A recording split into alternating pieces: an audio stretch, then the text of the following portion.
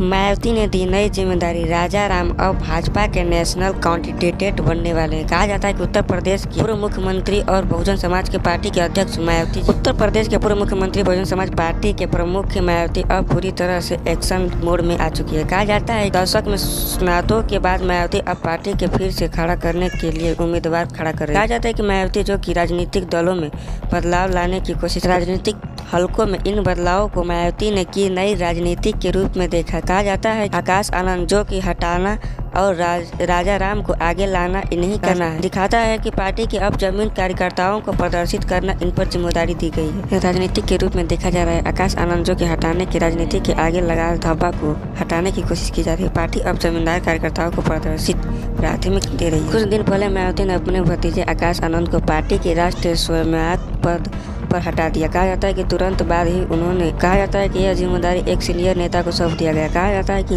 उनका नाम राजा राम के नाम से जाना जाता है। राजा राम भाजपा के उन नेताओं में से एक हैं जो कि जमीन से पहले ही जुड़े हुए हैं। कहा जाता है कि वह पहले ही 2014 से ही वह संसद में रह चुके थे और 2020 तक रुके थे। कहा जाता है कि राज्यसभा संसद में रह चुके थे। 56 वर्ष से राजा राम समाज शास्त्र में स्नातक कर रहे थे। उन्होंने पार्टी के लिए लंबे समय तक काम किया है। क्या यह बदलाव भाजपा को फिर से मजबूत कर पाएगी? क्या राजा राम संगठन को एकजुट कर पाएंगे? क्या यह बदलाव भाजपा को मजबूती दे पाएगी? क्या राम संगठन में एकजुट करा पाएंगे? क्या यह संसद को सफल कर पाएंगे? इन सभी सवालों के जवाब इसी में छिपा गया है। कहा जाता है कि इसका असर साफ दिखेगा।